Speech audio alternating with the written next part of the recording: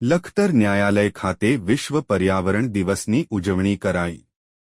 વિશ્વ પર્યાવરણ દિવસ 2025ની ઉજવણી વિશ્વભરમાં પ્લાસ્ટિક પ્રદૂષણ નાબૂદીની થીમ સાથે કરવામાં આવી રહી છે। આ અંતર્ગત આજરોજ લખતર તાલુકામાં વિશ્વ પર્યાવરણ દિવસની ઉજવણી કરવામાં આવી હતી। મળતી વિગત મુજબ વિશ્વ પર્યાવરણ દિવસ નિમિત્તે સામાજિક વનીકરણ વિભાગ સુરેન્દ્રનગરના સંયુક્ત ઉપક્રમે લખતર રેન્જ વિસ્તાર દ્વારા લખતર ન્યાયાલયના પટાંગણમાં લખતર નામદાર કોર્ટના ન્યાયાધીશ H.K.